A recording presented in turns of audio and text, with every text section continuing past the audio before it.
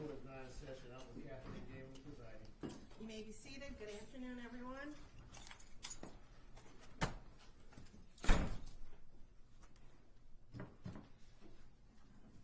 Detective Showers, please approach for the swear-to.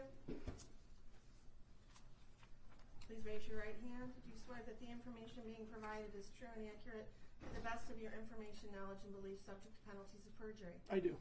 Put your hand down. With regard to the defendant, Afani Muhammad, please set forth a factual basis for the warrant request. Yes, Your Honor. On 7/10/25, McDonald's employee Afeni Muhammad stabbed McDonald's manager Jennifer Harris multiple times with a kitchen knife at the McDonald's restaurant at 179219 Mile. Harris was not armed at the time and died of her injuries. Prior to the stabbing, Muhammad was sent home by Harris for not performing her work duties and told Harris, "I'll be back." Muhammad was arrested on scene and the knife was recovered.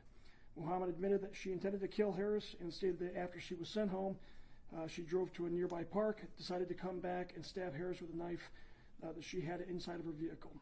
When Muhammad returned to stab Harris, she entered the back entrance with a hooded mask over her face in an attempt to conceal her identity and attempted to flee the scene after the stabbing, but was stopped by an armed customer.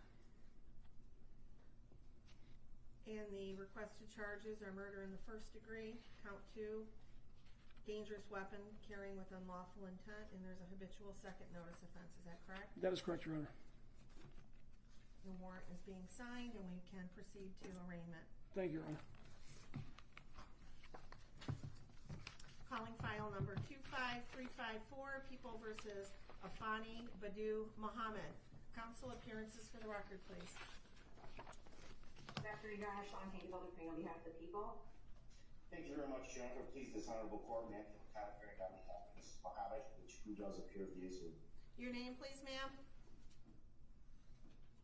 Afeni Muhammad. Very good. You're here today for arraignment on the charges of murder in the first degree, premeditated, count 2, carrying a weapon with unlawful intent, and a habitual second notice. Mr. Licata, how does your client wish to proceed? Thank you very much, Your Honor. At this time, my client is asking the court to enter a not guilty plea, and this matter set for a probable cause conference and a preliminary exam. I have advised my client of her rights, as well as the charges against her and the potential penalties. We are ready to proceed on those grounds. Very good. Ma'am, do you understand the nature of the charges against you to your satisfaction after talking to your attorney? Yes. Very good. I will go ahead and enter a not guilty plea on your behalf. Are you requesting a court-appointed attorney? Yes. I will appoint an attorney to represent you. We'll set this matter for a probable cause conference on July 23rd, 2025 at 1 p.m. The preliminary examination will be on July 30th, 2025 at 1 p.m. As to bond, Mr. Licata. Thank you very much, Your Honor. Just briefly, my client is 26 years old, does live in a great city of East Point. Your Honor, my client is a high school graduate. In fact, is actually was taking some online classes for college for a physical therapy degree. Your Honor, there are some disturbing facts in this particular matter, but there are facts that haven't been brought out yet, and my client is extremely anxious to have those facts brought to light during the pendency of this case.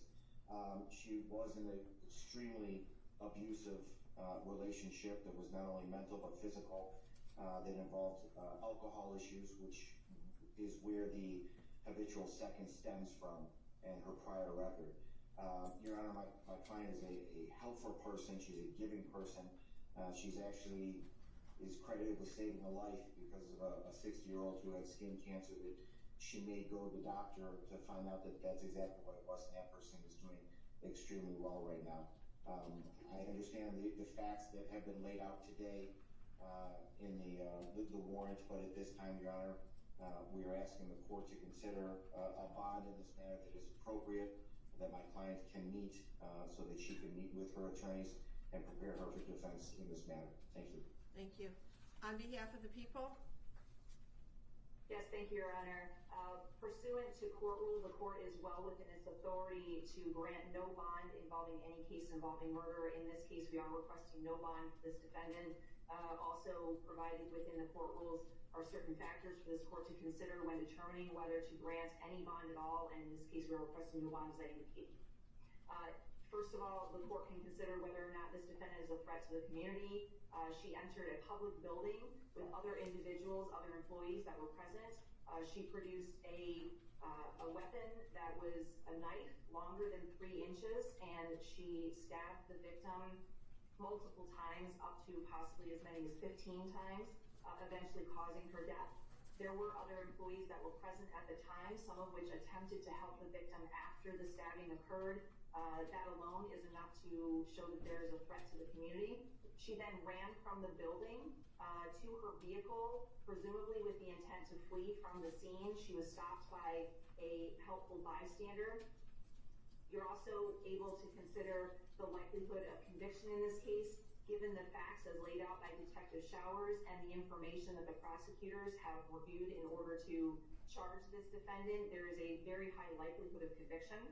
And then finally, the defendant does have a prior instance of at least one that I'm aware that involved a stabbing, similar obviously to the stabbing that occurred in this case involving a knife. So given all of those factors, and given the fact that this court does have authority to give no bond to defendants charged with murder, I am asking at this time for no bond in this case. Thank you, counsel. The court has reviewed the charges and the circumstances surrounding this case. The defendant is facing various serious charges, including murder in the first degree, which is one of the most serious criminal offenses in our state, carrying penalties up to life without parole. Additionally, carrying a dangerous weapon with unlawful intent further underscores defendant's potential threat to public safety. Defendant has a prior criminal record out of Virginia for malicious wounding. It was actually felony malicious wounding that was reduced to unlawful bodily injury concerning a stabbing, and that is what gives rise to the habitual second. And in determining bond, the court must look to the factors outlined in Michigan Court Rule 6.106. Number 1, the seriousness of the offense and the danger posed to the community. The charges here involved a violent crime with a weapon, indicating a substantial risk to the public. The court finds there is a significant threat to public safety, and therefore the bond must reflect that risk. Number 2, the weight of the evidence against the defendant. While the evidence is not fully before us and the defendant is cloaked with the presumption of innocence, the nature of the charges along with the prior criminal history suggests that there is substantial evidence against the defendant. Defendant's criminal history: the defendant has a violent criminal past. The history supports the court's concern that the defendant may engage in further violent conduct if she is released. The defendant's ties to the community: while the defendant is relatively young at 26 years of age, there's no indication that she has any significant stabilizing ties to the community that would ensure her return for court appearances. Without these ties, the court is concerned about the likelihood of flight. Number 5, defendant's risk of fleeing or failing to appear. Due to the severity of the charges and the habitual offender status, it makes the defendant a high risk for flight. The court finds that this factor weighs heavily in favor of a high bond amount. Substance abuse or mental treatment: although there are no reports at this time suggesting that the defendant suffers from mental health or substance abuse issues that would mitigate the risks posed by defendant's release, the court is, after considering all of these factors, going to be setting bond at $25 million cash surety only with conditions. If the defendant is able to meet those conditions, she must be on a GPS steel cuff tether. She is not to leave the state of Michigan. She is to report her address within 24 hours of, she must report any change of address within 24 hours. There would be stringent daily contact with community corrections as to her whereabouts.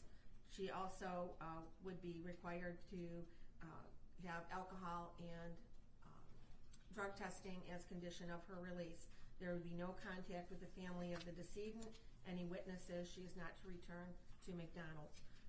And if she is unable to post the $25 million bond, she will remain in custody pending further proceedings. And that concludes this matter for today. We will see you back here, ma'am, on July 23rd at 1 o'clock for your probable cause conference. Thank you. Thank you, Your Honor. Thank you very much, Your Honor.